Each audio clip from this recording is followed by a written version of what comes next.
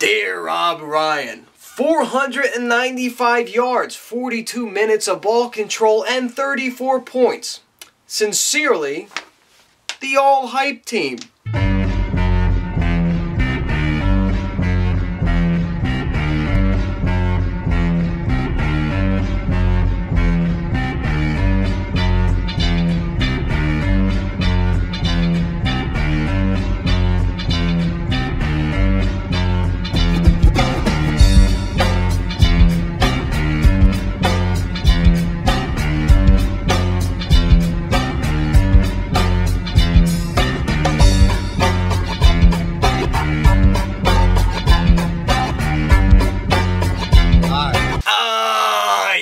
How sweet it is. Beating the Cowboys is always awesome, but when are they going to learn that it's so much sweeter after they talk that shit all week? I mean, it's amazing. It's not only the fans, it's the coaching staff that talks this and that about the Eagles, or this and that about what the Cowboys are going to do when they get to Philly. And look what happened to you.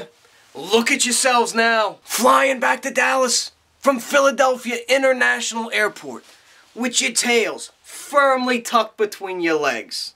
Losers. And you would think that they would learn, but they won't, because that's what Dallas has been good at for the last 15 years.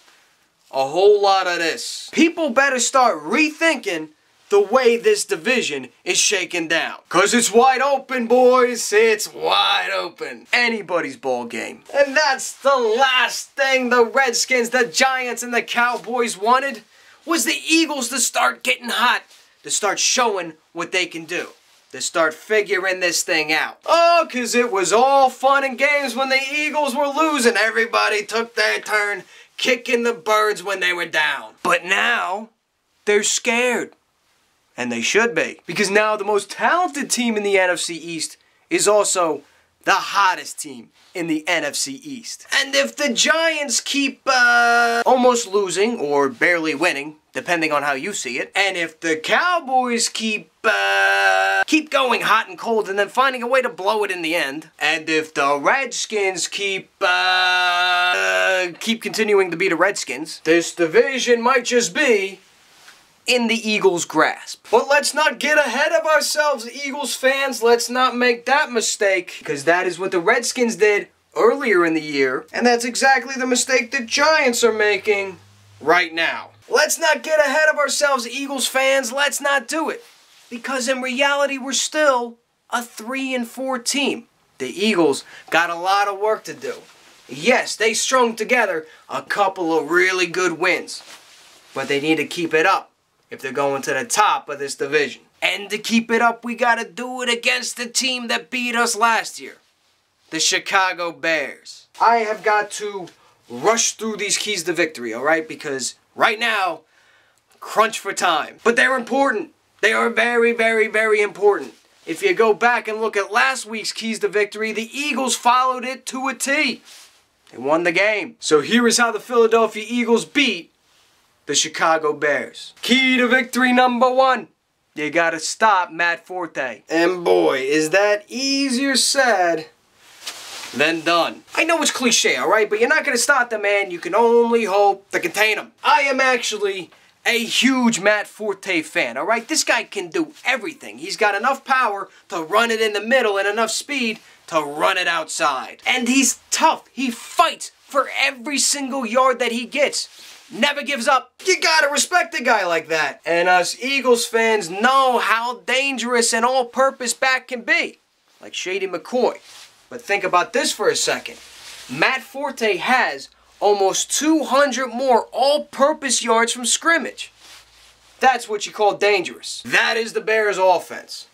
Matt Forte. Let's face it, alright? The Bears' wide receivers stink. And if you get pressure on Jay Cutler, he folds like a cheap suit. If you contain Matt Forte, you stop the Bears' offense. Key to victory number 2.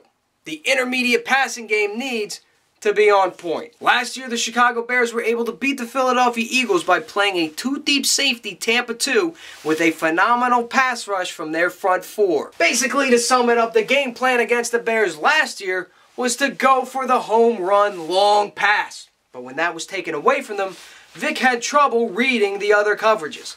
And when the front four got pressure, well, that forced him into turnovers and sacks. The last 2 games, the Philadelphia Eagles haven't been relying on the long ball, the home run. They've been using the intermediate pass, especially over the middle, to use the wide receiver's speed to get separation and get the ball out of the hands of Michael Vick quickly. Get the intermediate passing game going, and you can beat the Chicago Bears. Key to victory number 3. Turnovers. Anybody notice, that the Eagles did not turn the ball over against the Cowboys? And look what happened. Turnovers. I mean, turnovers killed the Eagles in the beginning of the season. And killed the Eagles when they played the Bears last year. Remember what happened last year, right before halftime at Soldier Field? Yeah, forced them into turnovers. But hold on to the ball. Right now, the Philadelphia Eagles are -7 in turnover ratio. Sure, they're getting better. But the Chicago Bears are +4.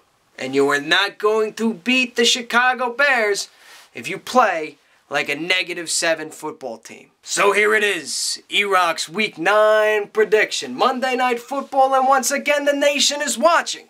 And once again, the Eagles will deliver.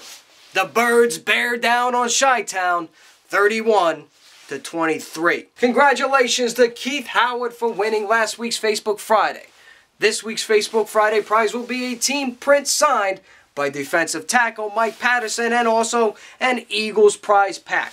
So be sure to check out my Facebook page. I provided a link below for the Facebook Friday question of the week. And also follow me on Twitter at the Mighty EROCK. Eagles, you're doing a good job. You're showing the world what you're made of. Keep it up. Let's go Birds, and I will see you next week.